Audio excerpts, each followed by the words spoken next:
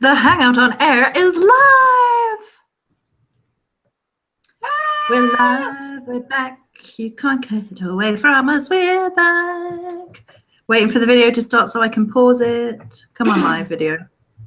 There it goes. It's doing something.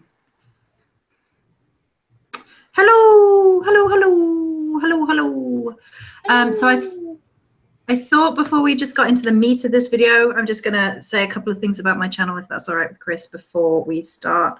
No, you cannot host me on your channel and then talk about your channel. Who do you think you are? Who do you think you are? Who do you think you? Anyway. Okay.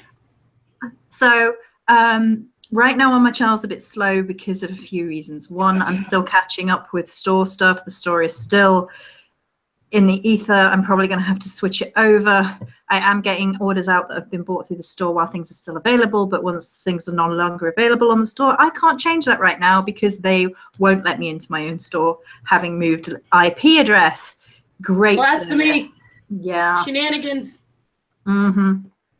And I'm kind of relearning how to do videos on the laptop versus I've always done it with a video camera and I had video software. And so this whole thing is completely alien to me. So on top of everything else being alien to me, that's why there aren't many videos.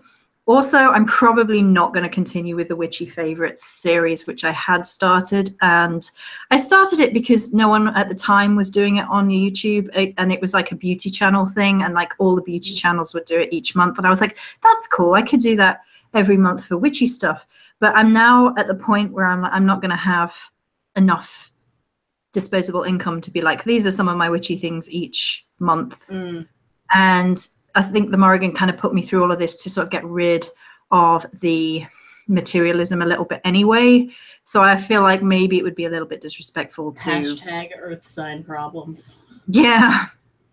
Also, Cris and I put on bright red lips completely independently of one another.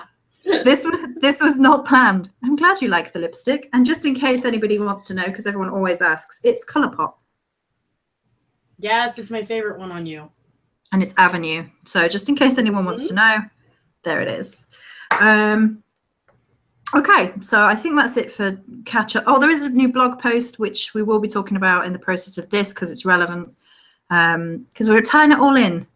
So hi, everybody. Hi, everybody. Welcome to the chat with Joe and Cris. We're talking about so many good things. I was getting that. You ruined it. You ruined it. I was going higher and higher and higher. So long. I was really excited and I got impatient. Cris blew a load early. Anyway. We're going to talk about death. Right. Okay. So we're going to talk about death today. We're going to talk about death speak, sort of kind of like a necromancy style chat with me and Cris. And we live in the death space. So this is kind of like home for us.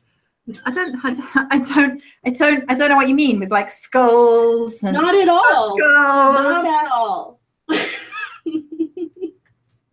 Who knew? And this kind of follows on from something that I've talked about before on the blog, and I made a bigger post about it yesterday because something had been playing on my mind. And which the blog post is brilliant. Everybody go check it out. But after this. Yeah, I'll link it in the chat in a bit and when I reference it and stuff in case people want to check it out. But I was talking about death speak because I've come to really feel like death gods and goddesses interchangeably, there's always something about voice associated with death. And I have this refresh the if your screen is blank, refresh it. So can someone type refresh it in the chat in case you can't see? I got it. Oh, well, I tried to write refreshing and I wrote refreshing. Refreshing. Yeah. Boom. And what had been playing on my mind recently is kind of like the silencing that's been going on in sort of society in general. And Cris and I have talked before about how particularly things to do with death get silenced. And anytime you want to talk about death gods and goddesses, that people are quite silencing about it. And it's kind of been playing on my mind for a while, and this people talking about strength being silent, being, you know, and things of that nature, and it all accumulated in my mind, and I was like, I've had enough, I need to write a blog post. And I did. So and I did the end. Good night, everybody. Yep, that's all. Bye. And that's it. Yeah. So I thought we'd talk today about the different kind of voices which are associated with death and death gods, death speak. And it doesn't necessarily have to be a verbal communication when I say voice, because, you know, some people can't speak and they use their hands to communicate. It's still talking, it's still verbalizing, but just with their hands, or the written spoken word. Make sound. Yeah. I did a little Addams Family there. I know. Da da da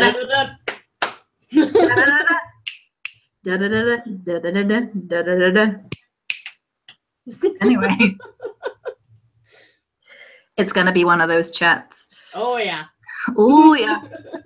Do you see death as in the Grim Reaper as an entity or more of a symbol? I don't know if that's off topic or not. We can answer that before we get into the spoken word of death speak. What do you think, Cris? Yes. Both. Yes. Do you care to elaborate? No. Well, I mean, for me, for instance, let's talk about hell, because that's the one that I work with the most. I mean, I also work with Hecate, who could sort of be seen as that, but isn't like necessarily officially that. Mm-hmm. And Odin, who sacrificed himself. But hell was literally, I mean, it's said that hell holds half of you when someone's on their deathbed. Because she's death. And it's actually been debated whether she was like a word they used for death, or she was a person that became personified from that, or what.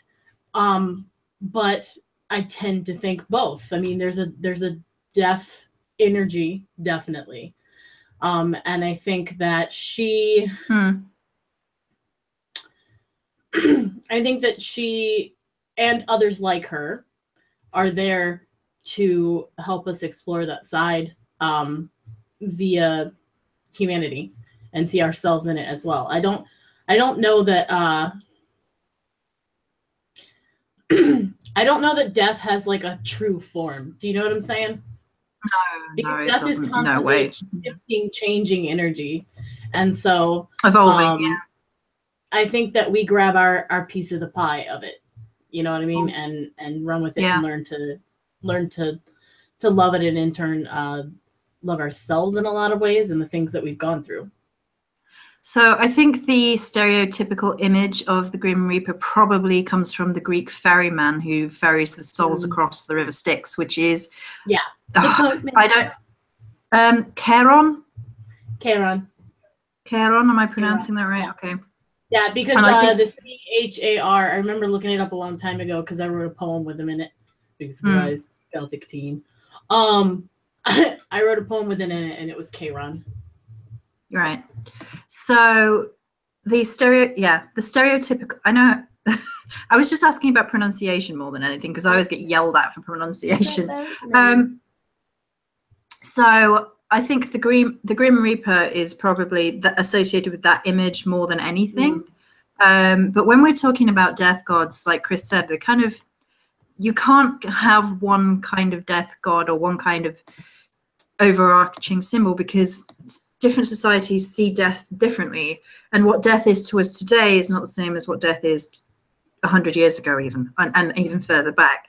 And so when we're talking about death, often we sort of, interestingly enough, a lot of us are far more comfortable about going back to archetypes of people of our ancestors or people further back in history whom we feel an affinity with, probably because they had a better, closer, more realistic relationship with death than we do. Although, admittedly, some people romanticize. It was only about 70 years ago at most that we buried our own dead. Yeah. So. And now that's kind of taken off the table, which Cris has talked about. Literally, it's been taken off the table because Cris talked about it. Cadaver jokes. Yeah. I just did a cadaver joke. I'm proud now. You really did. So Cris talked about in a different live chat that we did about the family mourning, and they would have the dead person on their dining room table. Yeah, and they, you know, they would see some of the decomposition, and they would have time to mourn and say goodbye. And that's no longer the case whatsoever. And I think what the first thing we can talk about death speak is the subject of death is being silenced hugely. More now than I think it's ever been. You look throughout like history, and societies in history are obsessed with death, and they have cultures with death. They have customs, they have rituals, they have elaborate processes, all of them. There is no society that I can think of that was just like, and you're dead. Throw you in a hole, that's it. The end. The end. I mean, you look at things like the ancient Egyptians, like their whole society was more or less built around the concept of the afterlife. And it's fascinating in all walks of life, because no matter where in history, the conversation about death is very real. Now, it's kind of like, oh, well, pushed to the side. And I talked about it on the blog as like, we're encouraged to talk about it in hushed whispers.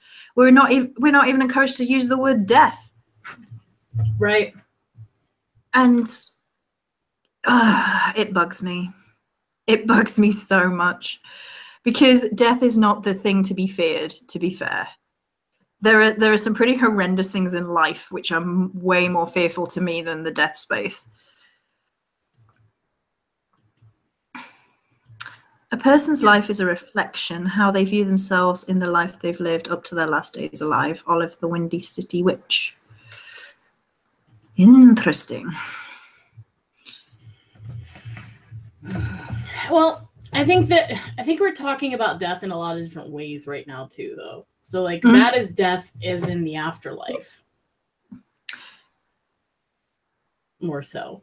Which is a whole other thing, but I feel like that's more afterlife focused. And I don't know that like there are different, it's like when I talk about ancestors, for those of you who have heard me talk about ancestors, it's like the difference to me between ancestors, the ancestors, and an ancestor. Like death is kind of like that. There's like death, there's death, and there's death. And death is definitely individual for each person. Yeah. Death overall is a theme that runs throughout our lives. You know what I mean? It's traditions we build around, beliefs we build around, aspects of ourselves we work with, things we mourn, people we mourn and work with, a piece of ourselves we mourn and work with.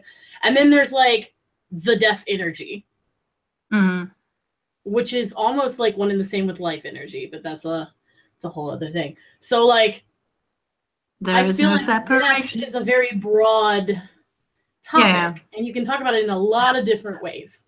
So like, you know, with the whole Grim Reaper thing and stuff, that would be more of that middle one that I was talking about, of like learning ourselves through that. Not necessarily like the afterlife aspect. But I will say that I do think what we find in the afterlife is affected by what we expect to find. Oh, yeah. Yeah. I mean, there's been so many different interpretations of what the afterlife and what death is anyway, like even to the point of what the death gods look like, although there are familiar themes throughout each, and you can kind of see like the human fear of things. So skeletal figures is something that comes up all the time with regards to death, and that's because human beings aren't really used to seeing skeletons. Like, we don't think about the fact that we are a walking skeleton basically until we hurt ourselves and like break a bone, and then we become acutely aware that we are a walking skeleton. So it's kind of like this out of sight, out of mind thing. And then skeletons as a result come up in the mythos, in the imagery and the aesthetic for a lot of the death gods. I know hell is half skeletal, for example, in Chris's Nordic tradition. I'm not sure about Hades. I think Hades, maybe the guys don't tend to get portrayed as skeletal for some reason. Because Hades isn't portrayed like I don't know, because you've got Baron Samedi. You've got Baron Samedi, which I hope I'm saying his name right, because I'm horrible at that. But He is Maman Brigitte's other half. Yeah. So it does turn up. I could see that. Also, Kinsey says, by the way, guys, have you heard about that tradition that I don't remember what people who does it, but they have a tradition to dig up their dead after some years and party with them. Yeah, that is Indonesian. It's actually quite interesting. Like, they'll dig up the corpses or bring them out and like parade them through and celebrate. Our culture says a lot about how we relate to death. A lot about it. I just wanted to get that out because that is an interesting thing that, like, I don't know, people would find interesting. And to the point where this is what I mean about the sanitization of death, that that's not the norm now. No. When people are digging up their dead and having parties with their dead and celebrating their dead in such a way, that's such a thing which seems odd to the majority of us. And it's not necessarily a value judgment in that, it's just alien to us because our sort of indoctrinated way of dealing with death is burial or burnt, and once it's done kind of thing. Side note, they do still do funeral pyres in a state here, Colorado, but they only do 12 a year. Yeah, people think that it's not a thing. But they do. They only do 12 a year, so there's a waiting list. And when you're a corpse, that matters. Unless you get embalmed. But even then, the embalming has to be redone. Anyway, I digress. They can only do 12 because of the quality of the air. Yeah. And if you go to, I believe it's India. There's a place where they burn the bodies like regularly, and it's just like the air is really bad. But no, our relationship with death and the sterilization of it has happened quite recently, in the span of time, and everyone has a very strong reaction to it. A dead body is seen as something that is immediately threatening. And it's not. You know, death is seen as an emergency, and that's actually the only thing that isn't an emergency. Leading up to the death, yes. Once they are dead, no, it's actually not. Especially if it's something where they wanted to die at home in that kind of situation. But even that, there's an urgency there. There's a fear because it's something that we have come to not know as intimately as we used to. You know, like you said about the parlor room, we used to have a space in our home to basically bathe them and lay them out and let family come and visit, friends come and visit, say their piece. And then we would bury them in the family plot or something, maybe on the land that the family dug. Maybe that person even helped dig it. Yeah. Or that person helped design their casket. Yeah. That's a thing too. Yeah. Oh my God, I'm designing my own casket. It's glittery. I'm going mushroom suit style. I'm going mushroom suit style. I just pictured like Joey's casket. It'd be like elaborate and glittery. Glittery, gothic. Yes. Yeah. Shimmy, shimmy, bye. That's what's going to be on the top of it. Bye bye shimmy. Anyway. But anyway, yeah. So in terms of like screaming and such and our words. So I was talking about this in terms of screaming. And this is kind of like, I've realized it's kind of like a necromantic ability or gift, or I mean, I hesitate to use the word gift.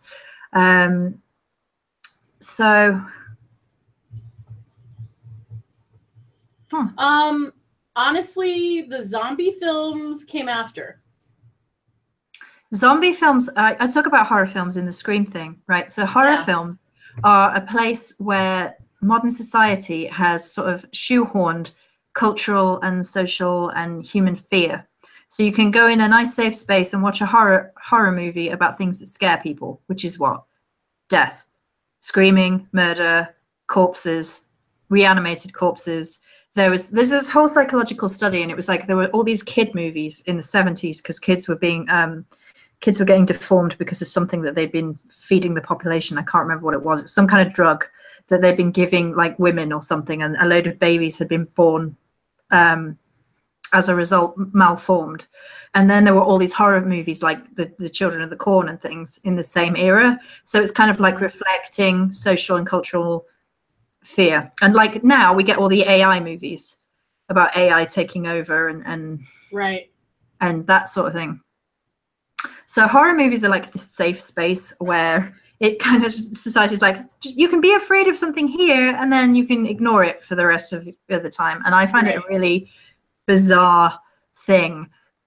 And I was talking about that in the blog post about screaming, because so what I've realized I've been doing, for anyone who hasn't heard me talk about it before, is when I'm asleep and I'm in a subconscious state, if something threatens me, say it's an entity, a negative entity in the room, a negative spirit in the room, or I know that on a subconscious level, maybe that some shit's been thrown at me by another magical practitioner or something like that, I will subconsciously sit up and scream at it. And the first time I was talking about this, I was so out loud. Oh yeah.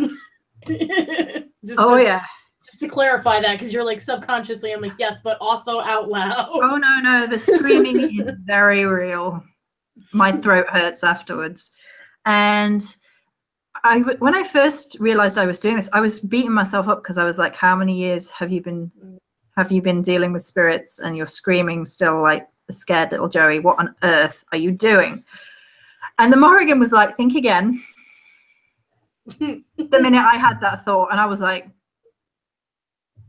and I realized that Bave, who is the aspect of the Morrigan, the crone aspect of the Morrigan, with whom I most associate, with whom I am closest, is identified by her death scream. It's all about the voice. It's all about the scream. And this is true across a lot of Celtic mythology. You can get the banshee who screams to warn of death. But for Bave, it's very much about attack. She literally sort of scares the living life out of men in the battlefield. She kills men by screaming at them.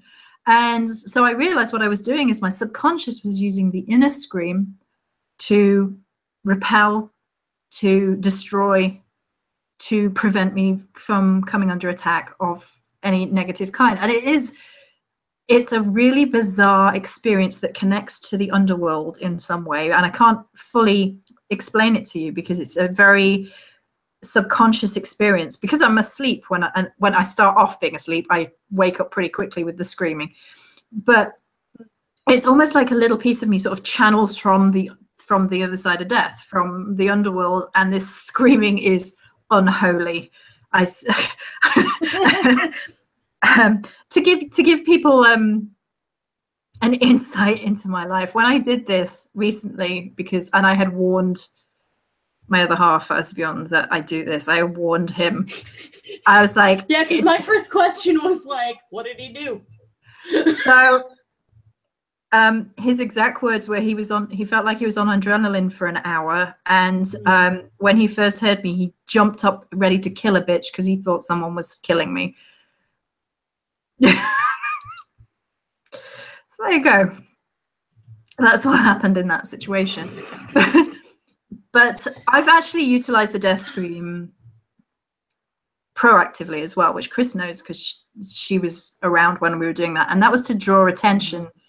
And the death scream was also about drawing attention to things. So I'd actually used a death scream in active magic, and it was about, I need this person to contact me right now. I need them to be aware of me spiritually right now. I need to know what's going on. And there was an urgency, a dire need in that point. And the death scream when I'm awake is very much like channeling all of one's pain out of one's mouth. And it almost becomes silent. It becomes like a hiss or I can't really, it's like that sort of, yeah.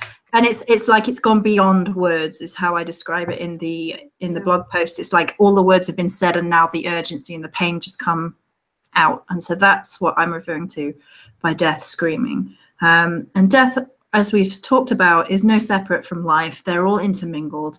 You can have many little deaths within your life of varying degrees, of varying types, and that's something we've talked about many times before. So death doesn't have to have a finality to it in the way that a lot of it doesn't have to have a finality to it ever, because it's just part of the cycle as far as I'm concerned. And I think when we're talking about death speak in terms of necromantic work, there's this real association of negativity. Like you can light a candle for your ancestors. That's necromancy. You can talk to your ancestors and be like, you've got a photo on your altar and you're just talking to them, and technically that's necromancy. So that is something and I wanted to do.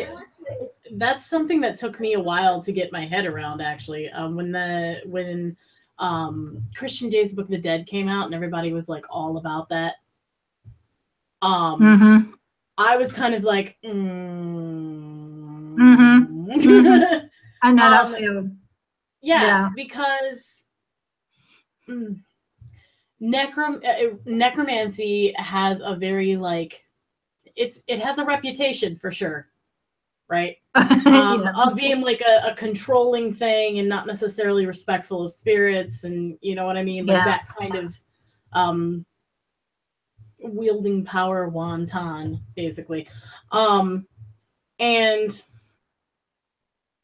that actually had me go, you know what, I'm going to dig a little deeper. And then I realized in digging deeper that I was already doing the stuff. I just didn't call it that. She was grave digging deeper. Well, grave digger, when you dig my grave. Yeah. But, so, you know, there's a lot of different terms, but like ancestral work and doing that, the whole putting the information in the spirits attached to skulls, and you know, whether it's a crystal spirit skull housing or what, like spirit housing, because that, you know, vessels, orbs, whatever you want to do, like it's essentially that same function. Can I ask Random's question to you, because I think you might find this interesting. So Random Witch, do it, says, do you think that tarot readers are keyed into the truth of death because of being just another transformation because of the death card? First and foremost, the death card is the first card I look at in any tarot deck. If the death card is not on point, I will not go anywhere near it if I do not like the death card. So just saying. I have 3 cards that I look at. I look at the death card, I look at the tower card, and then I look at the hermit, because I find that the hermit can be taken in so many different ways that it always tells me a lot about the deck, what way they go. So the Mary L has the most beautiful hermit card, which I don't love the Mary L.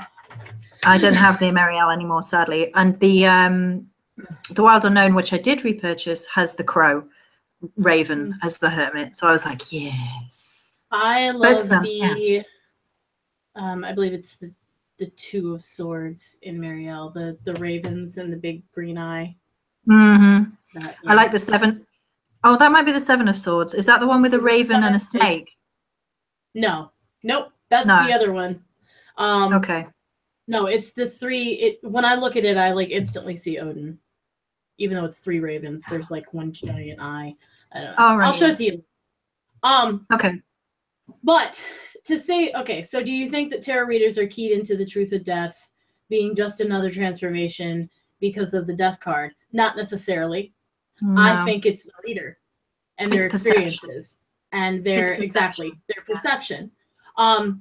Because someone can look at it. I mean, you can even look at the decks, right? You can look at different decks and they will go in completely different directions. And the people who made them were feeling that. So, I mean, they're not the same.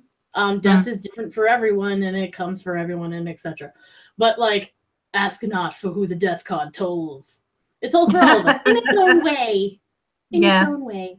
So I don't think necessarily. I think that maybe if you're a collector of tarot decks, you find different ways to look at it. through them. But I don't know that you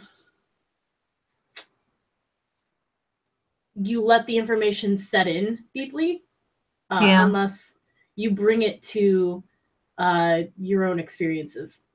And, it's a choice that is as really well. up to the individual. Yeah, it's a choice because it depends what you're choosing to do with and where you're choosing to take tarot or any divinational system or any magical practice. Because, you know, you could talk about alchemy. If what the study of alchemy can help you better understand about death as a process. Yeah. And I did know that the Game of Thrones is bringing out a tarot deck, and Arya, am I saying that right? Yeah. Arya is the death card, because I actually got Arya in a quiz the other day, and I don't watch Game of Thrones, and I'm like, is this a good thing, guys? Give it a minute while everyone shouts at you. And everybody was like, she's the death card. She has a wolf. That's you. So I'll take your word for it, guys. Breaking news: a woman named Cris Ashburn was just caught robbing graves. Caught? Ashburn. She's never been caught. What are you talking about? Anyway, not caught robbing graves. I don't need to rob them. She's got minions for that. Come on. I help put them in the ground and stuff. Are you kidding me? I'm a death midwife. That's what I do, guys. Come on. Just take a finger here. I guess we didn't mention that, but I am a death midwife. Cris works with death quite literally and physically, so as well as spiritually. I've completely sidetracked from where we were before. Oh, we were talking about necromancy. Yes. So, okay. Seagulls. And how that, yeah. My ancestors. Hello, people. No, I'm the assassin. Cris takes care of him afterwards. I hired the assassin. I've got a leather outfit and everything. It's great. Anyway. That's the Capricorn way. What, hire people in leather suits? No, well, in general, yeah. Yeah, I'm just like, Cris said. Dungeon. Cris Ashburn. Huh? Cris Ashburn. Ashburn. Cris Ashburn earlier. Did I? You did? You didn't even notice. I went with it. It's fine. Well, technically they're kin, so. Yeah, that is, yeah. Yeah. That's a thing. That's a thing. That's a thing. That's a thing. Everybody sing. Anyway, that's a thing. Necromancy. Balls. Yeah. Bringing it back. Reel it back in. We were a leather dungeon, Chris's leather dungeon, and necromancy. Right. No, I'm simply saying that if a Capricorn is going to do something, they will find a way to get someone else to do it for them, or they will set something in place, or they would hire an assassin if a Capricorn was going to kill you. They wouldn't do it themselves. Hey, Cora. They're not going to get tangled up in that. Not that I'm saying I would. I'm just saying if I She's the mastermind. She's the puppet master. Anyway. Yes. So, necromancy. Yes. Yeah. And we're coming up on Lunasar, which I always say like I am Hermione. It's Lunasar, not Leviosa. Anyway, Lunasar. Lunasar. Lunasar. There you go. There's another voice bite for Chris's. I'm country, so I just say Llamas. Llamas. I like my llamas with my lambs. I like that there llamas you guys got going on. With some bread, some milk, some salmon. Anyway, thank you. It's the ColourPop lipstick. So with Lunasar coming, there's this real theme of death in my mind, and I might always take it to a place of death because it's me. But for me, Lunasar is very much about like that sacrifice, that blood on the fields, and that's a more organic thing as far as I'm concerned, because or a death goddess thing, if you think about it. It was when you bleed into the ground. I know about that. I know you know about that.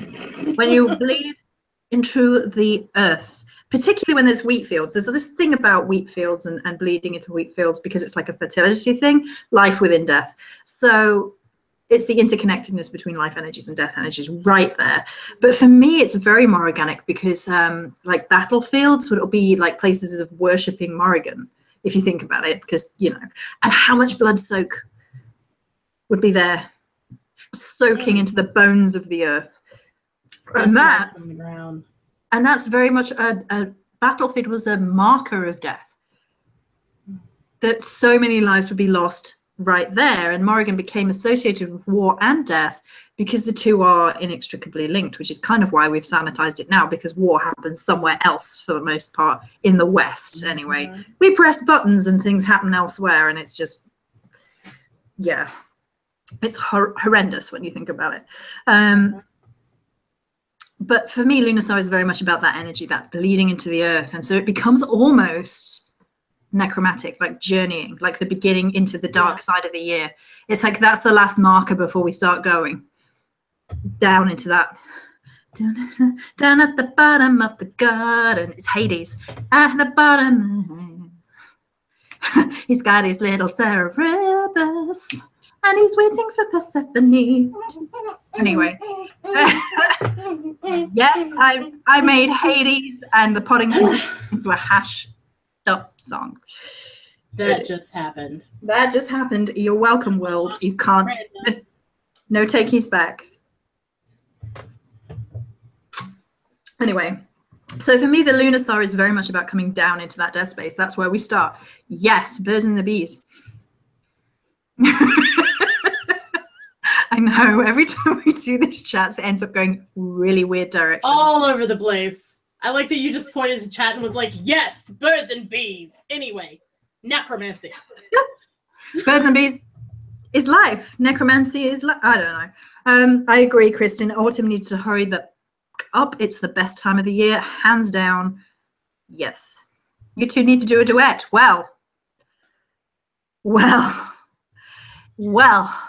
I mean, podcast count?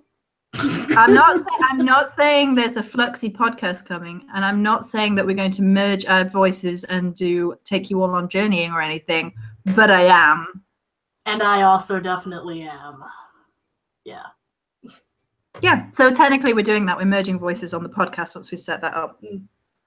At some point. No, we haven't yet. I mean, they haven't.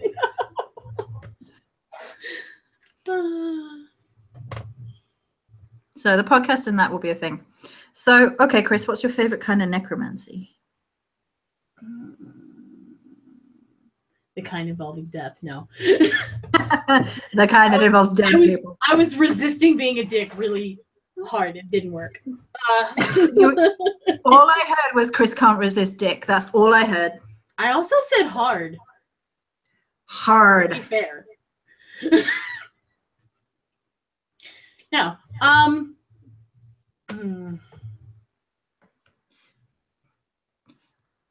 That's a death thing, Jen. So Jen says, I'm seriously feeling the need of burning all the things to the ground and acceptance of the state of just sitting in it. Oh yeah. So that's a death work. Oh, plant necromancy, poisons, plant poisons. I will talk about that after Cris has picked her favorite necromancy, because I love that. So I don't know. I really like this sounds like a cop-out answer, because I was trying to like think of something a little better. But I just really like talking to them. Like I divine with them. I do clairsentience, and I guess like protection necromancy, because I do a lot of hoarding and stuff around them. So plant necromancy, which is something that Magpie just said, for me, that's very much about the banefalls. It's very much about the poisons. You can die from most plants if you're not careful in one way or another. You eat enough of any plant, you're going to die. But the banefalls, the poisons, the ones that you have to be super freaking respectful and careful with, that's plant necromancy to me. That reminds us of the fragility of life. Indeed. It reminds us that nature is far more powerful than we are as humans, and no matter how much we sanitize, no matter how much we live in our boxes, no matter how much we pull back, nature is far more wild than us. That always brings me to the whole notion of like we need to heal the earth. Yes. We are an extension of the earth. We need to heal ourselves. And in turn, we will heal Yes. the earth. Because the earth is enduring. The earth has been here. Yes. We are a blink. We're a gnat. We're a blink in the eye of earth. Yep. Well, this is what I say. We need to... We need to get ourselves right, because the earth will survive, the human race will not. It's like, if we don't stop all this nonsense, like poisoning the earth, poisoning the atmosphere and whatever, it's us we're going to kill. Because the earth will survive. The earth has survived cataclysmic events. Yeah. Whole races have been wiped out before. So yeah. And yeah, what Magpie was saying about poison and the dose is something I talk about a lot, which is the idea of poison as medicine and medicine as poison. It's all in the dose. Yeah. And this is something I talk about a lot. It's a really interesting concept. Go on, Cris. I was just going to say, Anya said if we heal the earth, we in turn heal ourselves too. It's a symbiotic thing, yeah. Although I tend to feel like we need to heal people first, because only because we need to get humans into the mindset away from this kind of self-centered us, nothing. This disconnect from the earth around us, that people think the earth is there to serve us and is there for us to take whatever we want on it. And you know, it's there as a tool, it's there to be mined, it's there to be drilled, it's there to be taken from and taken from and taken from without forming a symbiotic relationship. Some humans have done the damage for certain. There are people trying to put back, there are people trying to help, there are scientists trying to help, there are whole communities of people who are trying to undo the damage, but unfortunately the popular way of thinking at the top levels of power is fuck the planet. Yeah. So human greed will cost us the human race. For sure. And I was talking about poison as medicine. Yeah. I've just noticed there are bones right next right next to me. There are bones. So the idea of poison and medicine is really fascinating to me, and it really speaks to the way the human condition works, and the human body works, even the human mind works, because too much of anything is poison. And that's sort of like a truth mirrored from plants that sort of we can take to a psychological level, a spiritual level, a physical level, that too much of anything is really, really bad from us. And I think we as humans get so, this is kind of interchangeable with what we were just saying, we get so detached from the way the planet was. When we used to live in harmony with the world, and we used to eat what we needed and work within the cycles, and we used to rise with the sun and go to bed with the sun, be very in tune with the world around us, we used to have all this knowledge that we've lost. And a lot of us in this path right here are trying desperately to get some of that knowledge back.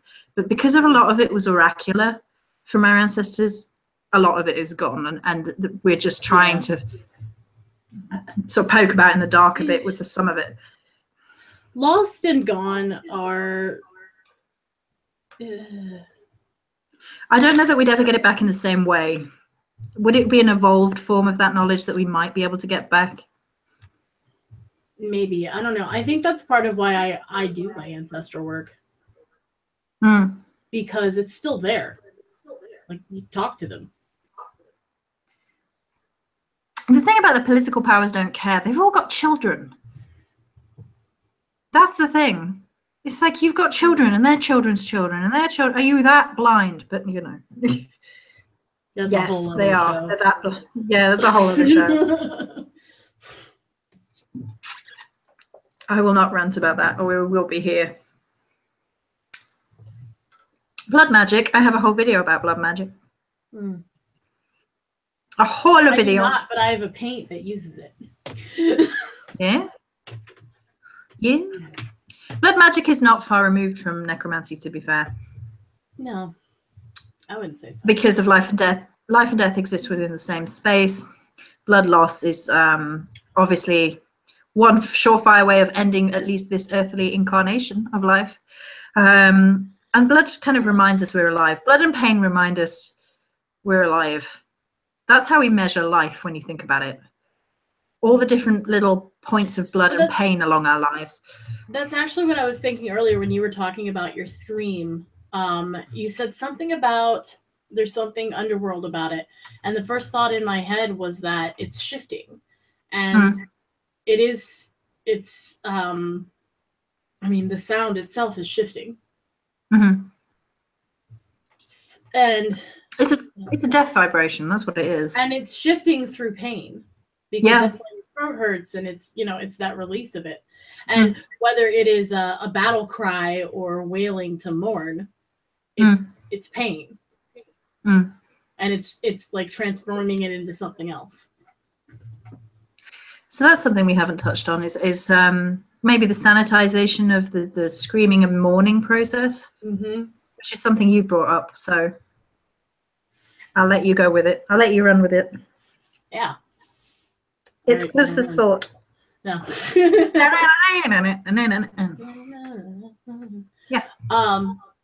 No, okay. So the sanitization of death.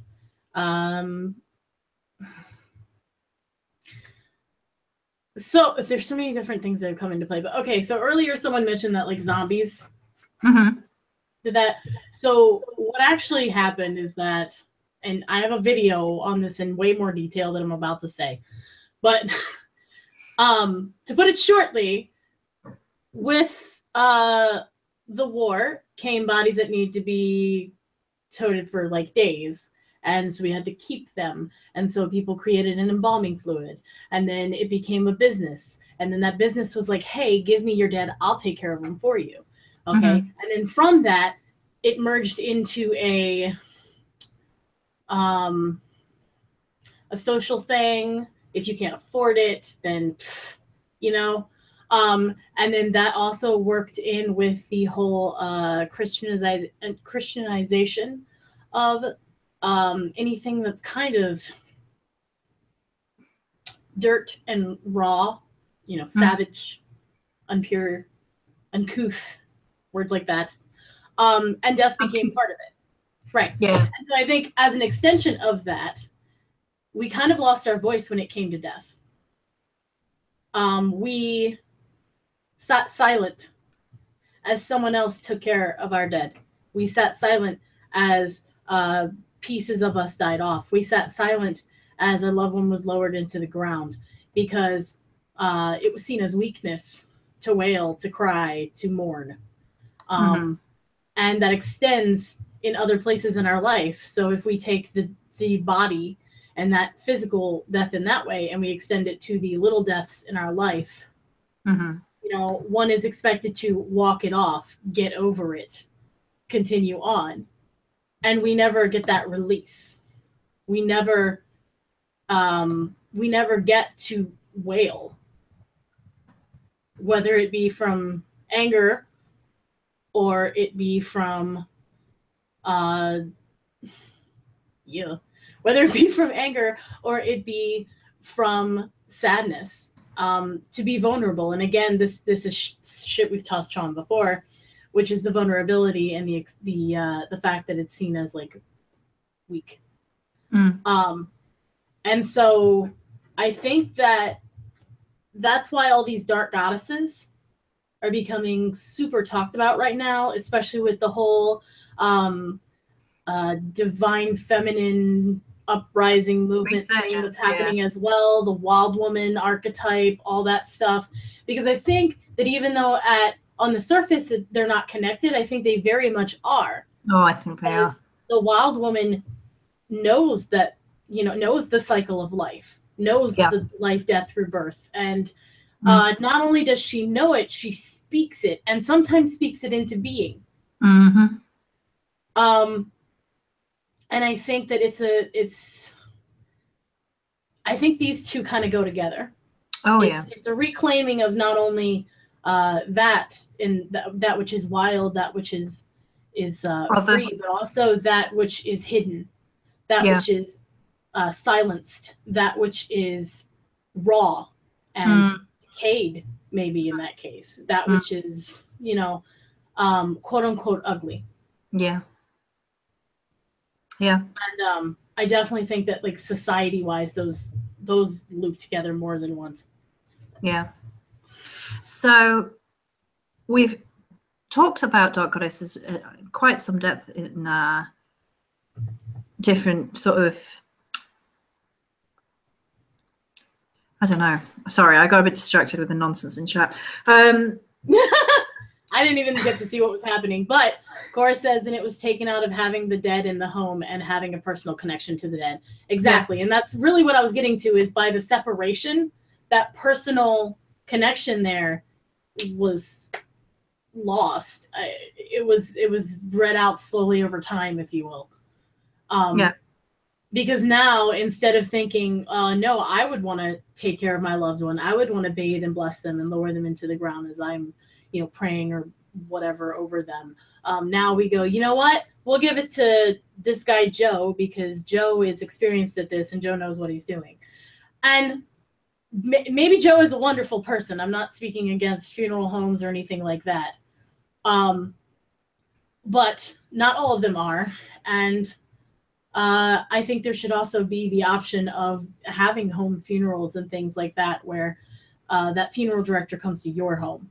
And, yeah. And I can only speak on the US because I don't do this in the UK.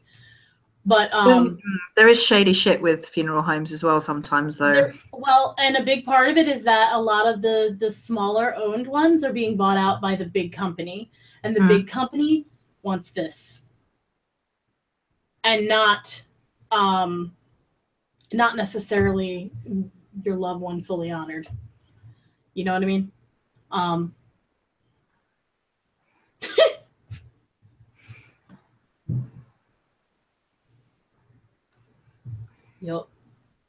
Yep. So a big thing about death goddesses as well, for a lot of us, is death goddesses quite often bring up voice. Yeah. Within their path working of dark goddess work. And I know it's happened to Cris, I know it's happened to me, and I know it's happened to others. And the idea of speaking, particularly on matters that are darker, inverted commas, or uncomfortable, or areas that have been sanitized in modern society, such as death, like we're talking about right now. And what, like, there, even to this extent where things like necromancy become a buzzword for the inverted commas dark, dangerous witch side of things. That's exactly why I made the face earlier, is like, because I feel like it's become this umbrella thing. Yep. And it's become, it's almost like it's become almost a weird duality to it. It's like most people won't talk about it, and oh no, that's scary, that's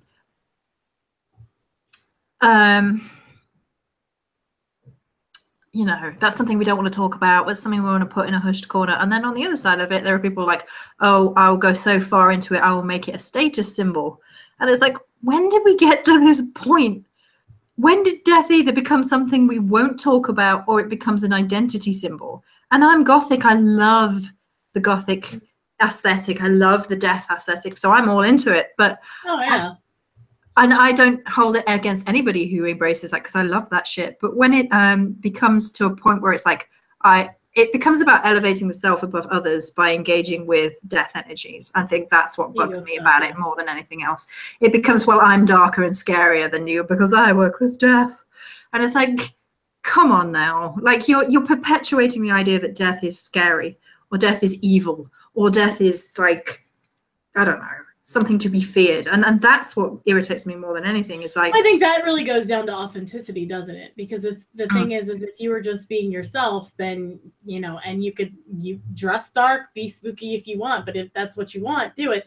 If it's not, then like you're just kind of acting the part, which is further encouraging the stereotype.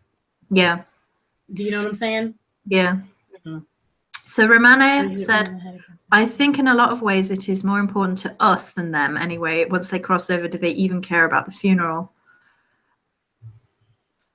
Funerals are definitely about the living and mourning in a lot of ways, Although I would argue that perhaps when the burial or whatever it was more ritualistic, maybe that would have a deeper connection to the person passing over, because there was an element of ritual.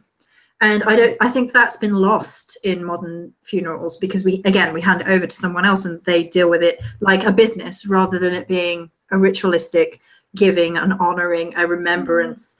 And when we were burying our own, there's a hands-on ritualistic approach. There's washing the body, preparing the body, saying prayers over the body, lighting candles over the body. I think we have our own rituals now, honestly. I just don't think they're very good ones. Because I mean, what is a ritual? It's something that is repetitively done. It's something that is, you know, frequently practiced. And we do have a ritual of, oh, they're passed. Okay, well, you know, we're in a hospital probably or something, and they'll bathe the body, then they'll call the coroner and they'll come and get them. And you know, we don't see them until the casket is open or closed, depending, a few days later. So that is a ritual, but it's a very removed ritual. Yes, right. And it's like our actions aren't necessarily the best for us. And now I will say that some people don't want to take care of their dead. Some people can't deal with that. Some people can't, you know, look at the body of their loved one. And like, I respect that if that's your choice. I mean, it's situationally specific. But I do think that there should be that option and people should be aware of it. And I think that we should have the power and know that we have the power to care for them at home if we want. Providing they don't have any communicable diseases, of course. Yeah. Again, though, there is a level of separation there that is permeating through society, though, because a lot of people who can't face the dead, they're not gone in the way that a lot of society sort of encourages us to think about them being gone. I have never really been afraid of death, because I never saw it as the end of all things. Yeah. It was just a doorway as far as I was. I saw spirits from a very early age, so I was kind of like in that space as long as I could remember, like, well, if they're all gone, why am I seeing them? You know, like that kind of mentality of a kid. But it's never been the scary thing to me. Like, life is far more scary to me than freaking death is. So yeah, I agree with that. Yeah, I mean, in my experience, I don't, unless they have some kind of unfinished business, which is them. You can get aggressive entities. That's true. Yeah, I don't think that, yeah, like you said, I think the funeral is more about the survivors. My father didn't want one. Yeah. But my siblings. I have a good question. Anyway, but that's a whole thing. Yes. Why do you think that certain entities become aggressive? Like, do you feel like maybe the ritual wasn't there enough, or like in the process, their death process in this incarnation, so they can't move on? Like, maybe because like not a smooth transition. Yeah. I could see that. They say that that's why, or at least my teacher, I have heard, say that when babies come into the world, if the spirit and the body link up at just the right time with the birthing process and everything flows well, essentially, that the baby comes into the world a lot more calm. Whereas if there's a lot of complications and stuff, a lot of times they are like they're inconsolable. And energetically, you can feel that as well, apparently. I don't work as much with birth, but or at least in that direction. So I'm not sure, but with death, I could see that, because there's definitely an aspect of, like, if you're not ready to go and your body goes anyway, that unfinished business there, and then I'm sure it could work the other way around. So thinking about it and and the aggressive ones that I've come into contact for, I think it's a couple of things. I don't think there's just one straight answer. I think, yes, that's also a possibility. I also think that sometimes we see aggression where there is a point or a lesson to be learned as well. Which, I mean, we talked about on the live on my channel with you, me, and Asbjorn. Where, like, you know, sometimes it's a lesson you got to learn, and it comes from people that you thought were on your side, and they are, but you still got to fight this thing. You know what I mean? You still got to work with this. Yeah, you've got to learn to deal with the aggressive entity, and that's. Yeah, and I think that it has its purpose there as well. So I think sometimes it's not even about them. Sometimes it's about you. So I saw someone possessed. It was the worst experience of my life. Seeing somebody possessed, it was something I never want to see ever again. And I mean full-blown possessed, like being ridden possessed, like different voice, cackling over nothing, their eyes change. Oh God. And I at the point it was in my history, it was just after all the abuse had happened in that house. So that house was a breeding ground for, it was a bad negative space anyway, energetically. So after that point, and it was horrendous. It's something that I never want to see ever again. I've dealt with it, but I mean, I don't think, because the person who got possessed, couldn't deal with it, he was never the same after that point. Yeah, I've had to exercise someone before, and yeah, it's not pleasant. No.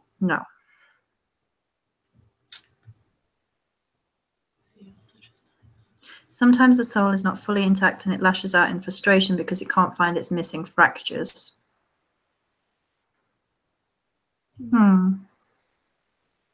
Thank you. Well, I assume you mean my lip colour, not Chris's, because Chris's is very similar. Yours is deeper, and you got the red hair to go with it. Just saying. Possession is the #1 thing that creeps me out too, Thea, because having seen it, it creeped me out a lot lately. That topic. Well, there's been another one that I don't know if it's possession that I've been seeing energy rape a lot, and that has been freaking me. Like, there is, I will say this, because this kind of does tie into necromantic work. There's a responsibility with these things, that not to go in completely uneducated, blind, and disrespectfully in a lot of ways. I mean, that applies to all ancestor work and things. But I've seen people be like, yeah, I'm totally going to get my friend to be ridden by a spirit because that will totally help them. I'm like, you just signed your friend up for energy rape or spirit rape. I'm like, what is wrong with you people? Like, have some respect. Why do you think someone gets possessed on the speak of that? I'm pretty sure you know my answer to this, Joey. I feel like we talked about this. It's usually because their mental, emotional, and spiritual state is a mess. And some people argue that maybe they're not the strongest mentally anyway. But usually when people are in a downward spiral, and it can be caused by events in life, like they've had a trauma and that sort of thing, they become more susceptible. Now, there are people who invite possession in without knowing what they're doing. I mean, there is a whole practice of being God-ridden or spirit-ridden, and in order to learn things, and that's a necromantic process that some people engage in freely and know how to get out again following it. It's not something I personally feel that I would want to be doing because the risk. I am very picky. For those of you that know, I have a bind rune on the back of my neck, which is said to be the entrance for spirit. And it is in dedication to hell. So pretty much hellkin. And if anyone else wants to, they gotta get through her. Pretty much. Yeah. And I did that for that reason.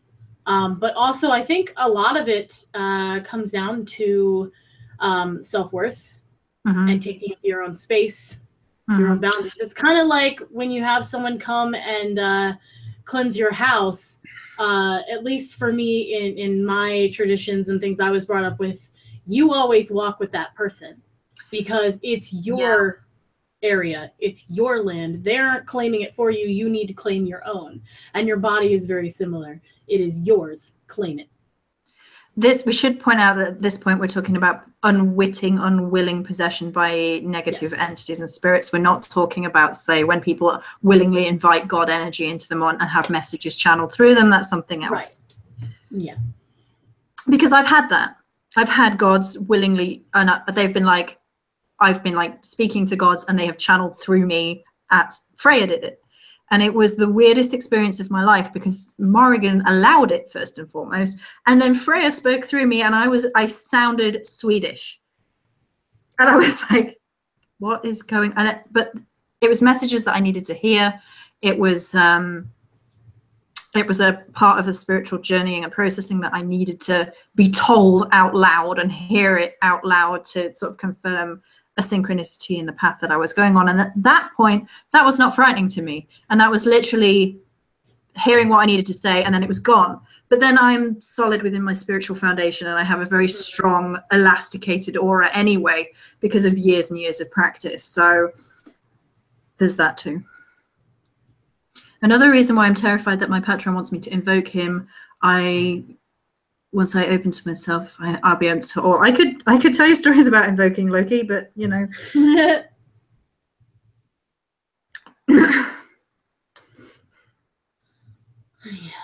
I had an experience yesterday about seeing Loki. Seeing Loki with my waking eyes. So Asbjorn's face changed on the click of a thing, and it was seeing it with my naked eyes, and it was like somebody put like shutters down over my eyes. Close on your eyes, Joey. Don't be running around with naked eyes. Come on.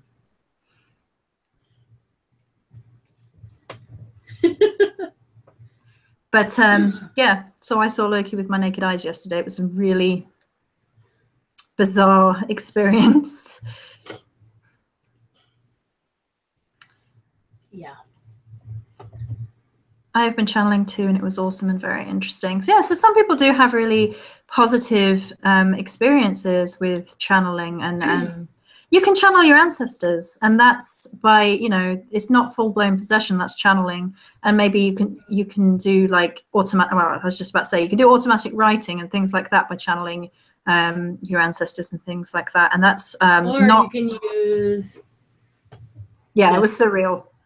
Doth speak. Or you can speak it. Yeah. And often speaking, singing, humming, making the noise with your other body parts. I have mad love for Loki, but I have to tell you that every time I've come into contact with someone with Loki, it's been a male trying to sleep with me. Every time. Other than Random, who is a lady and presumably doesn't want to bed me, as far as I know. She might, you know. I don't blame her. As far as I know. You know, you might. The lipstick is good, so I wouldn't blame him.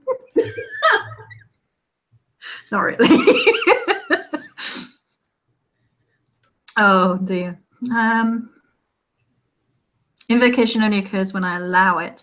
There is definitely an element of being. Well, it's a relationship, isn't it? Yeah. About commanding your energy and where your energy's at. I think often with me, Loki is all trickster and not a romantic lover spirit. He's a trickster here too. It's just every time that I've come into contact with him, he's been like, Loki likes you and so do I. And I'm like, okay, then. Okay, is this some weird chat line that I just keep coming across? What's going on? Maybe he tricked you. Maybe he's tricking Random, and Random's going to find out about all that sexual energy, because Loki is a sexual being. Random and knows about sexual energy. I don't know about with Loki, but to me, flirty impulse jokes all the time. Yeah, no, I agree. I find him to be both. I had a friend that would horse him a lot, and yeah.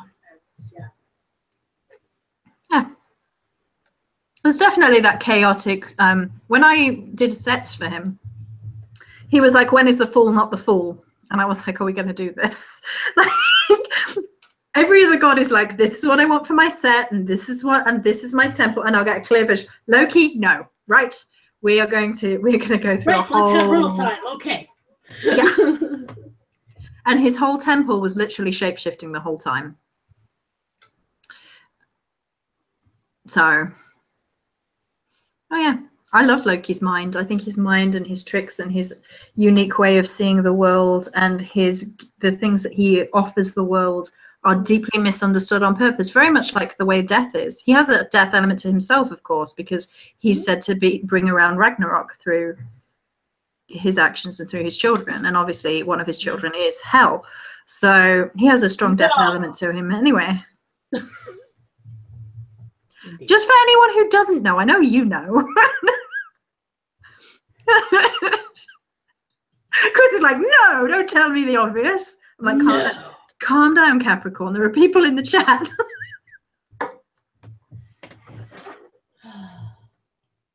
So yeah, I love Loki. I think he's amazing. Perverted, but amazing. But you know, I don't mind that. Yeah. I don't mind that. I like it. It's all good fun. Right. So where were we at with regards to time? So we've got about half an hour. So has anybody got any? He's schlepping his mother. Yeah, I know. Yeah. I read somewhere that he's one of the only gods that people consider to be bisexual. Really? I don't know. Well, Thanatos can be flirty, but he's also very cryptic. He's a polite ladies' man. Huh. I haven't done much work with Thanatos, to be honest. So are there any questions in the last half an hour? Have we not covered anything? Is there any part of Death Speak we have not covered?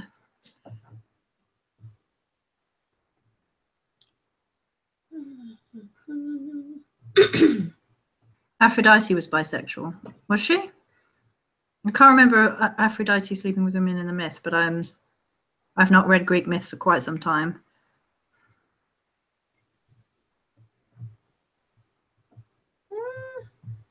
I feel like she was, yeah. I mean, it was the Greek pantheon would probably have been far more open and vocal about it because it was far more accepted in Greek society.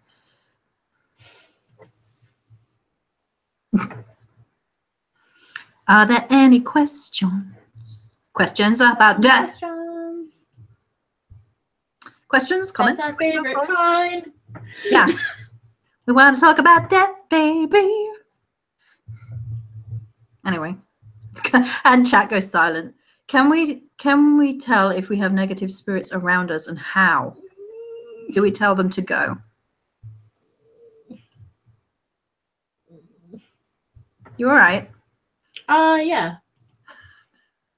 You're going to answer now. You made all your dirty little noises. Well, I think first of all we should find out if they're actually quote unquote negative, because I think a lot of times that is tossed. Nothing's you know what I'm saying? Yeah. Yeah. That doesn't mean you have to just be like, "Hello, kind sir, come on in." It does mean, like, you know, it's not like, you know, they're an evil queen showing up on your doorstep and they're like, "Hi, I'm the evil queen. I'm going to kill you." You know?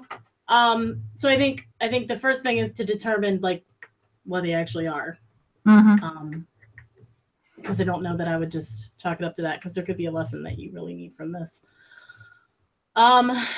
And how do we tell them to go? You say, "Get the fuck out." You can literally tell something to fuck off, and the power behind it. Yeah, no, I'm not joking. Yeah, the power behind telling a spirit to fuck off is so. It is. Or you can laugh. If you can get yourself into a laughter space, it takes all the power out of the situation immediately. If you're laughing at something, that takes its power away.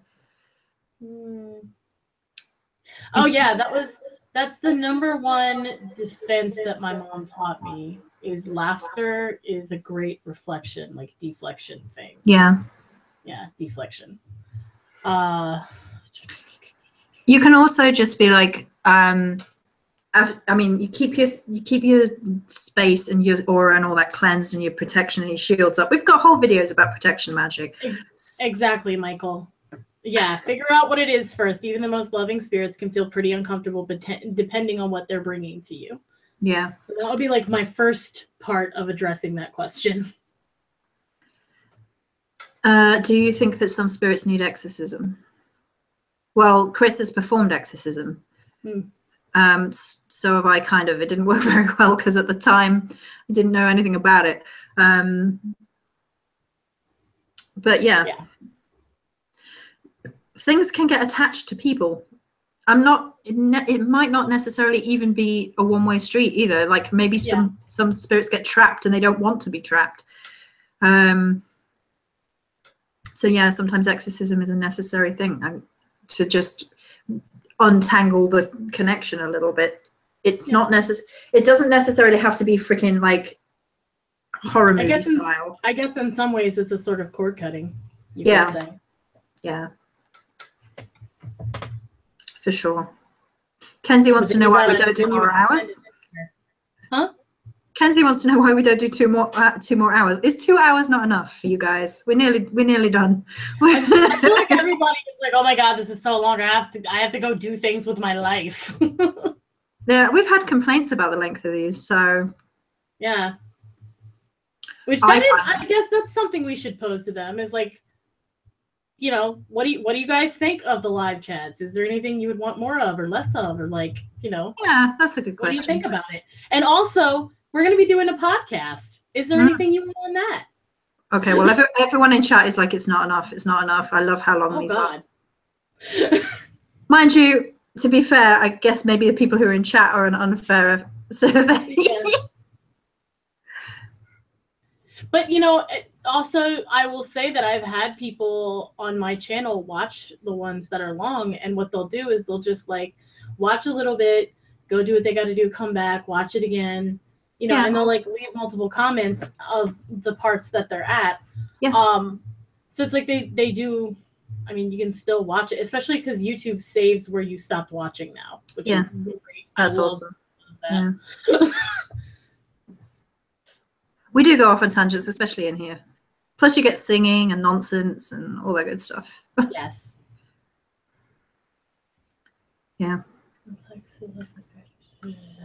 Also, the thing about live chats is you can stick it on in the background. You don't have to sit and watch us. Right. I do that a lot, actually. So if I'm ever like watching your live and I'm like, hey guys, and then I just don't talk for a while, it's because I'm doing something else. Like I'll do my work and stuff while lives are on in the background. Oh, is the cat coming in? Oh, yeah. Hey, place. You beautiful. He's stealing the show again. I like the idea. Dr. Killinger, guys. So Jen says, I like the idea of doing a group spirit journey to other realms. So we're going to be doing that in the podcast. What are we doing? Wait, huh? Wait, Jen? Spirit journeying to other realms. Oh, yeah. Yeah, that's podcast stuff. That's what we're going to do in the podcast that's coming soon. We're basically in the process. Talk to you off of this because I got like a bunch of ideas yesterday. Okay. Yeah. Just saying. I hear the Espion. He's gone outside. I assume he's gone for a smoke because his vape broke yesterday. He's not happy. Oh God. So the podcast, we're in the process of setting up ideas and figuring out the logistics of it all. But the podcast is basically going to be fluxy talk, but we're definitely going to be doing guided meditations and taking you guys journeying with us and mixing all the voices together and things and that sort of good stuff. Oh, yeah. No, go ahead. You were saying. I'm just seeing if he'll come up. Come on. Come on, beautiful. He's just going to circle me and, like, meow. Like he wants something, but not actually. He's death speaking. He's death speaking. Are you death speaking? With your one little snaggletooth? Like, Cats are half in, half out. Kitty, death speaks. Yep. Yep, there you go. Absolutely. Okay. So anyway, yes. So, any more questions? Come here. Apart from the people wish to know you. Here you go. This is Killinger. He is not pleased with being held. Although you're purring, which just means that you're very confused. He's both. He's both annoyed and in love. Would you like to get on the altar?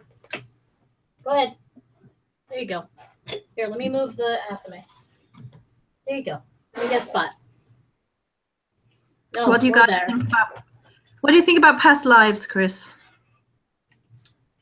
I think that we have lived many, and I also think that we have genetic memory as well. And I don't know. I think that we will never fully comprehend just how many lives we've all had. I don't think it's as linear as that. I think it's very possible we exist at different points in time. Oh yeah, that too. Simultaneously. I feel like we're all interconnected in this great ecosystem of life and death and rebirth, and it goes out like tendrils of a tree, which is why you get images such as Yggdrasil and Tree of Life and all that sort of analogy, because I feel like there's this ecosystem and we might exist within different realities, different planes of existence, different lifetimes, different points in history simultaneously. And maybe when we are experiencing past life, we're not actually regressing, we're going sideways. We're seeing through the eyes of parts of ourselves which are experiencing life differently than we are, because I don't believe in linear time.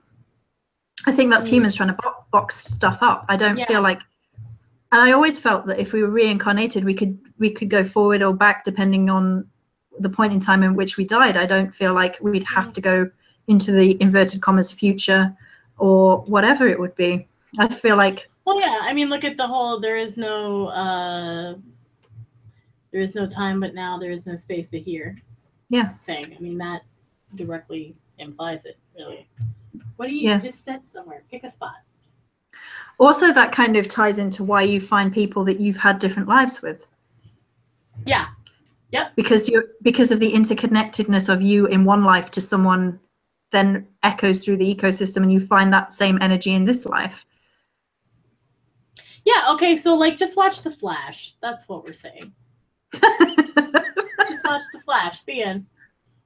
Okay. Have you not seen The Flash? There's like 15,000 Earths, or an infinite.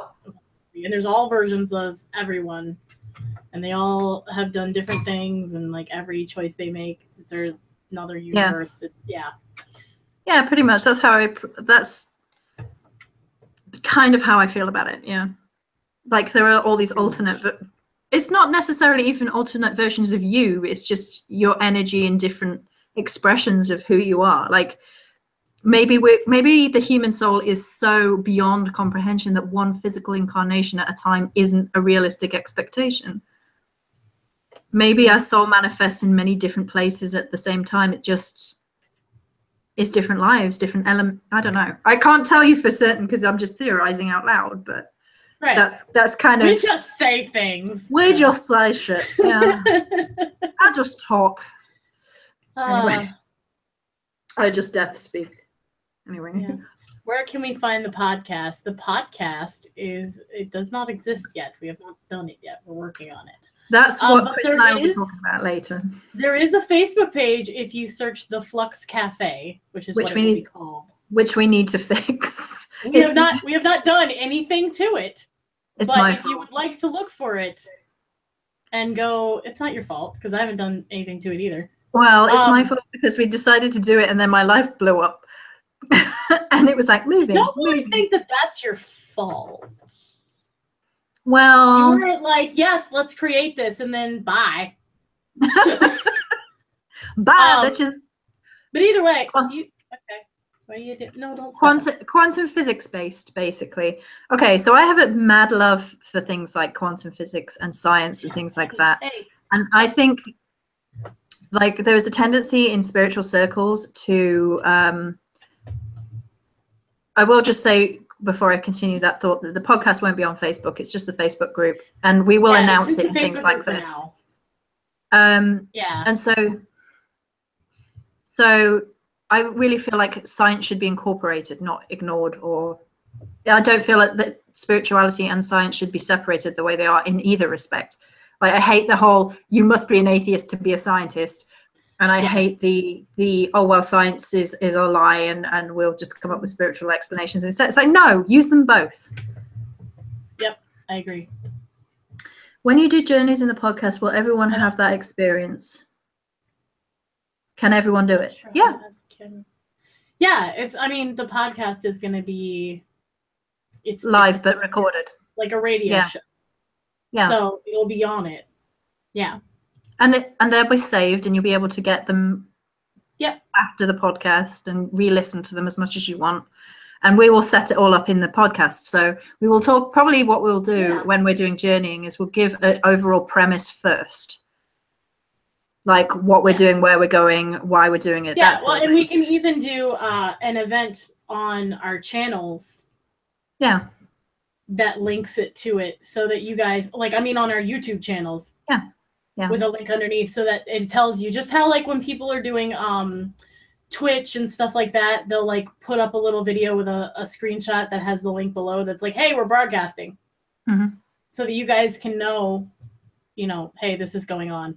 Because, we realize that not everyone has Facebook. But I was saying the Facebook thing just because that is something that exists right now, that if you have the ability to, you can go to and like it, and you'll get whatever's happening. Like from and we will share it on multi-platforms like Twitter, Instagram, all that sort of things. We'll share across that. So you'll know about it one way or another. And, you know, we'll announce it. We'll do our best. I always had a theory that our pets are spirits we encountered in other lives, like children. They find us. Well, I don't know, but he definitely found me.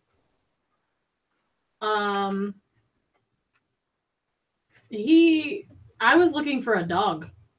This is not a dog. I don't know if you've noticed, but this face is not a dog. He thinks he's a dog sometimes. He does kind of act like a wolf or something, which is not surprising. But dude, go this way. Over here. Over here. Over here. Thank you. Anyway, so I was searching for a dog, and this cat kept coming up in the image searches. And I'm like, I don't want a cat. What are you doing? And finally, I was like, fine, I'll look at this cat. He's come up like 5 times, and I'm searching for dogs. And he's like a block away in a shelter. And I'm searching like a broad array of distance. He's staring at the camera. That was beautiful. Well done. Yeah. He stared right at the camera and licked his lips. That was wonderful. Yeah. Are you going to eat him up? Yay! Yeah, you're going to eat him up. I was told we can request when a pet dies that the same spirit comes down in the next life. No proof, of course, but it's a nice thought. I mean, I would say that you can request anything. Doesn't mean it's going to happen, although I have seen things like that happen. I've even seen qualities of that pet come back in multiple pets. Like our family dog that passed, my mom got 2 dogs after, and those 2 dogs have like split personalities of what our family dog did. And you know, when you have a pet, like they have a unique personality. They have different things that they do, different habits and stuff, and you can tell. So yeah, I wouldn't be surprised by that. Yeah. Yeah. I mean, that happens with people too, I feel like. Yeah.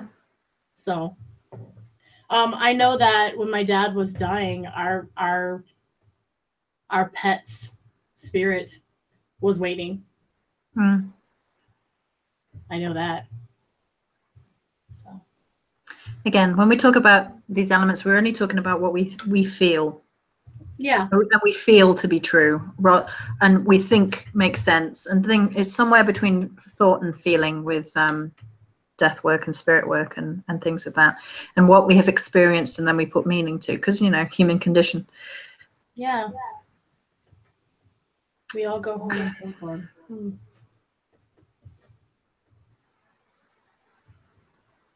See, okay, so I'm gonna get on a little kick here. So we all go home in some form, which I like, because I've also heard people say we're all just walking to their home. So what is home in that aspect? Is it death?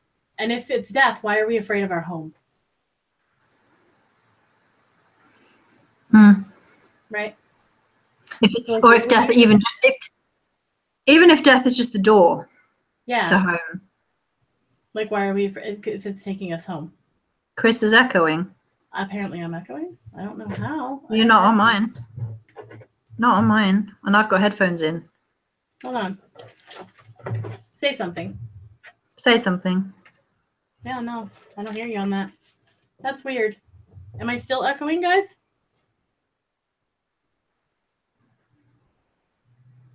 Strange. It stopped.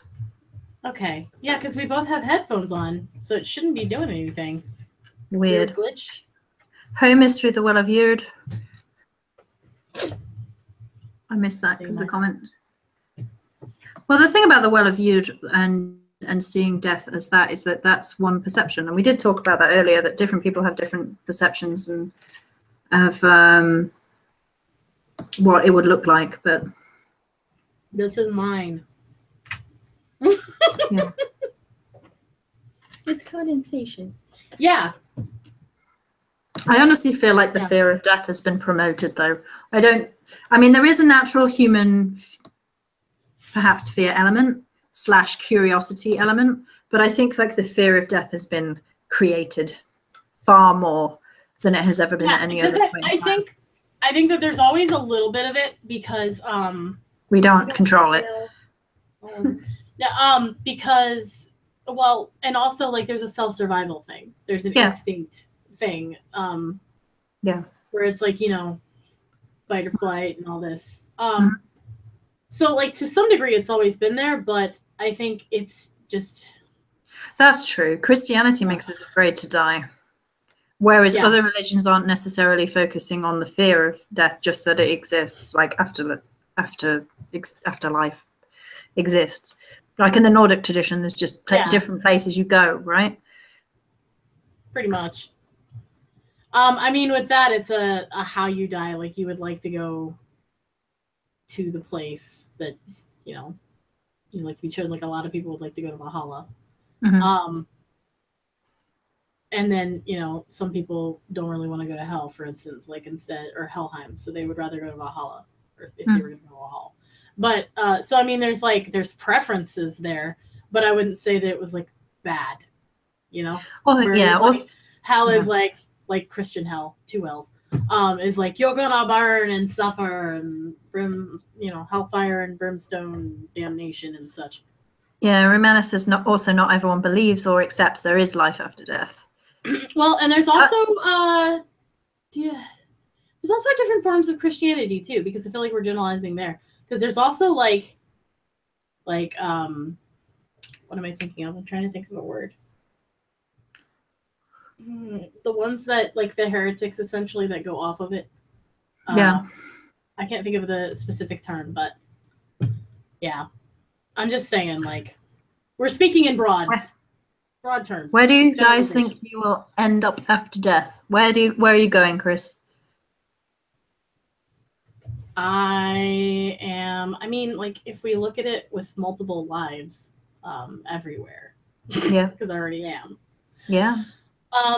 But I mean, if you're looking for like specifics, what visuals I think of in my head, I think of the underworld beach, I guess you could say, that lower world, with the black amniotic fluid Stygian Sea style waters and the black pebbled shores and the cave of my ancestral mothers.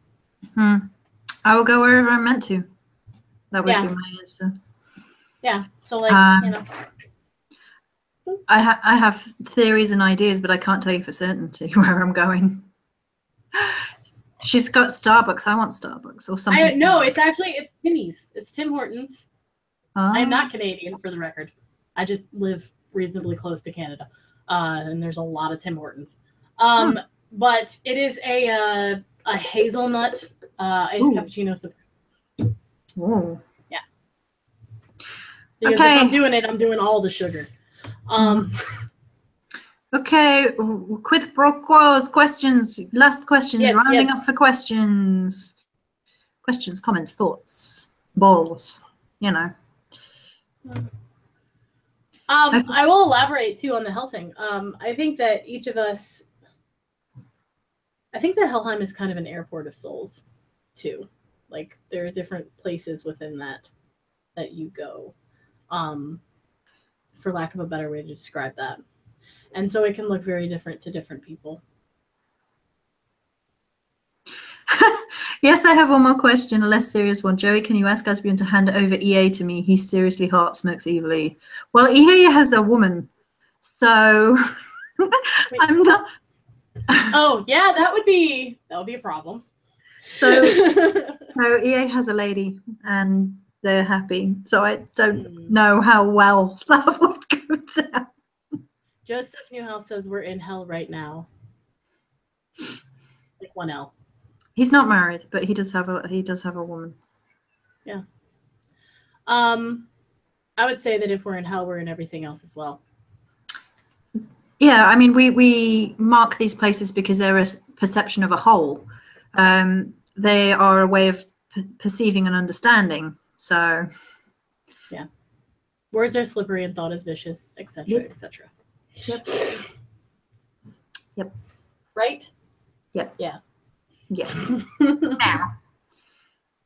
Matter of personal interpretation, heaven, hell, fire. Yeah, exactly. It's all perception. Spirituality, all of it is based on what we expect to see a lot of the time. If we meditate and we expect to meditate and we're going to Helheim, for example, and we expect it to be a cold, barren wasteland, that's likely what we'll see. If we're expecting it to be a royal throne room with some seriously gothic glitter, like I expect to see, that's probably what we'll see. So I was just joking. Sure you were. I don't believe you for a second. I think you weren't joking at all. I raised my eyebrow.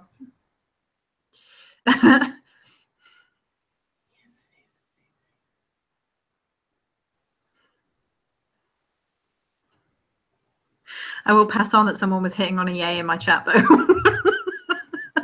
That's great. It spilled over. I'm still conflicted on my thoughts about what happens when we die. I haven't figured that out yet, but that's okay. Well, none of us are figuring it out. None of us remember.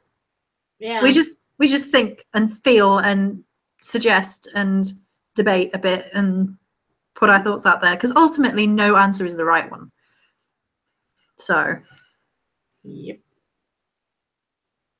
So I guess in terms of being afraid of death, we have to be okay with uncertainty, okay with the unknown. And to be okay with the unknown, we need to be okay with ourselves. Yep.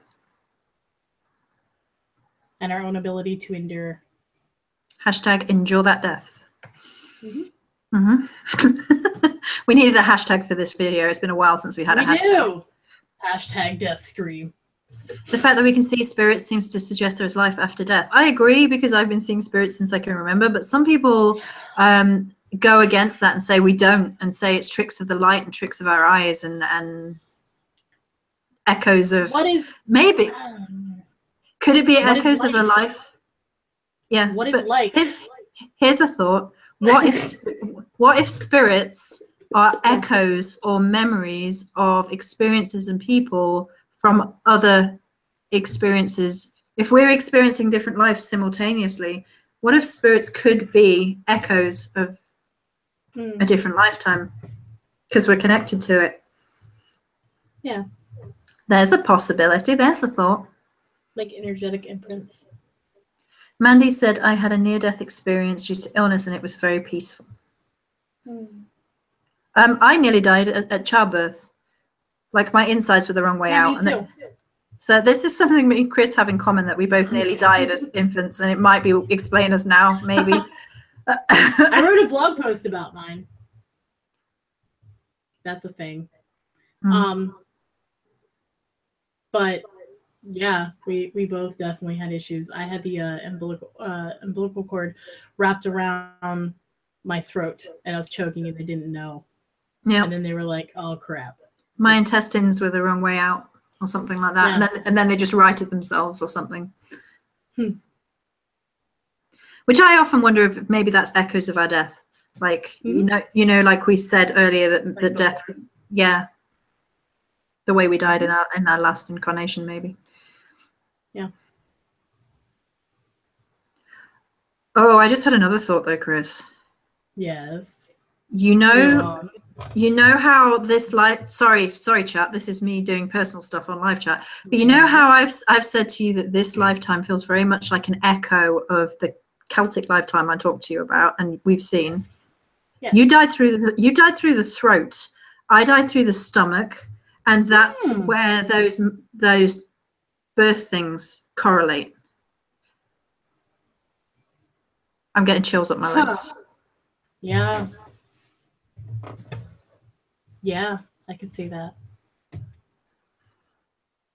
Chris and I have known each other before, just in case anybody's wondering. Yeah, we didn't realize, to be fair. It wasn't one of those, you are kin. It was one of those, let's do an ancestral reading. Oh. Well, all right then. Yeah. Hey, Nathan, I'm sorry, but we're about to wrap up. Yeah. I can't wear anything tightly around my neck. Did I die by strangulation once upon a time? That's what I believe. Because I can't have it tight around like a choker. I can't do that either. See, and that's what I've always thought. I like chokers, even though like I died from the neck. I like chokers, but dungeon. Yeah. Dungeon mistress. She likes a bit of. You heard it here first, folks. Well, birth and death are the head and tail of the serpent, so it makes sense they're connected. That's gorgeous. I like that analogy. That was Cora for anyone later. Yeah, Cora Moonlight. I love that, yeah. I have freckles that make a perfect bite mark on my arm.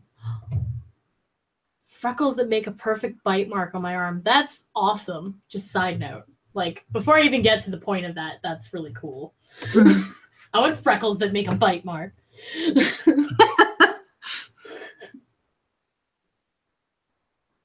I wonder if you died to a shark then. That's plausible. It's it's plausible. Yeah. Right, my darlings, we are at the 5:30 mark. Yes. We'll answer this question before we go. Terry asked, if you're seriously drawn to a time period, can it be you lived there in a past life? So the thing that I feel about this is that it may be that's where you've been in a past life. It may be where you're existing at the same time in a parallel life, or it may be where you want to go next. Yeah, because I was going to say, like, past life is, again, looking at it lineal. And yeah, it's a little more than that. But I think that not even speaking in terms of, multiverse, etc., but just I love your face. Love your face too, random. I was like, love your faces. She has one. I love all of your face, random, all of it. But I think that the genetic memory thing, and also like I think that there's something with it with our blood too. There's something in that, like blood types. That's a whole other, like, I don't know if I've ever even talked to you about that theory, Joey, but you did, yeah. Yeah. And I think that there's something in that as well. Yes, I think we can see we bleed into each other way more than we realize. Yeah. Way more than we realize. Way more. Yeah. So I think we could see our parallel lives and journey, and I think that might be what a lot of past life regression actually is, like seeing parallel lives. Yeah. You know who I'd be really interested in hearing from on this topic? Is Jen Hodgson. Yeah. She does the past life stuff. So Jen, if you watch this, leave a comment down below. Let me know what you think about this. No. Or get a hold of us or something, yeah? Come on a live chat with me and Chris. Oh, yeah. Yeah. I'll ask her. Well, I wasn't going to volunteer that on your channel, even though it's half mine. Why wouldn't you volunteer? You do that all the time. I wouldn't volunteer it. That's such bollocks. She would. She totally would. I'll ask Jen, see if she's interested. Okay. I'll ask Jen because Jen does paranormal investigation. So here's the thing. So can we see our parallel lives and journey? We can if we can see our future self and we can see our past self, why can't we see parallel the other self. variations. Yeah. Yeah. And I've definitely journeyed with my future self and my past self. So yeah. Joey, I wish you were my witchy teacher so much. Well, I offer consults. You can I can. Yeah, Anya, that's actually part of why that's actually part of why I started thinking about that. Anya says the Japanese see blood types the way we see zodiacs, specific personality types, horoscopes, etc. They also recommend different diets as well based on it. I was going to say that, yeah, the pack. Yeah, and so that made me go, ooh, okay, so maybe that ties into like our past lives and things like that as well. We meaning the Western world, yeah. Okay, I'm going to round this up. So, Cris, if you want to plug some goodness down at the tail end of this video, you want to plug who you are, what you do, what you sell. Tail end now, or is this head? No. Is this the death? No. Okay, so for you guys that enjoyed hearing from my face, she owns half this channel. It's fine. You'll hear from my face again. Yay. No, so I'm Cris Ashburn. If you haven't realized that by now, you probably should have. But I'm a intuitive spiritual mentor, certified death midwife, and I offer transition focused products and spiritual services like mentorship packages on shadow work, ancestral work, just in general, like overall.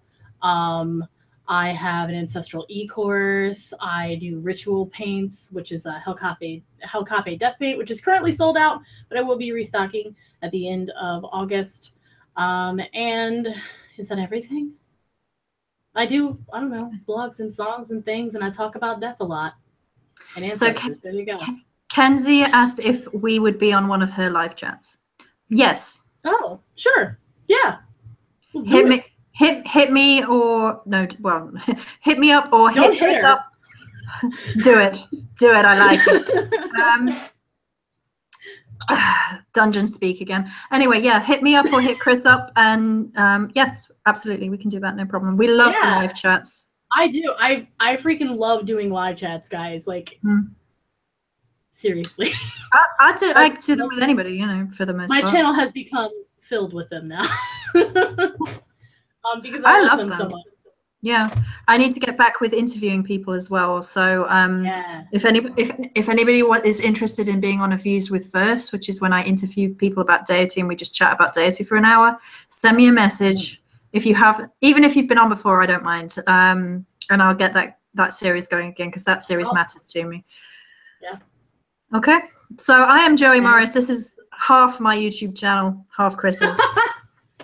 And my links are also underneath if you didn't check that yet. All of the links are down below because I made sure they were there. You can find me, and I do quite a lot of blogging now because I really do enjoy the writing process. That is something that me and Cris are also going to be doing together. We are going to be writing a book, which is actually ties into what we've just been talking about. We're going to be writing a book about conversations about death. So that is something that's upcoming, as is the podcast with me and Cris. So that is something we're doing together. If you want to see my work, you can go on to the blog, which is blog.starryedsupplies.co.uk, or the link is down below.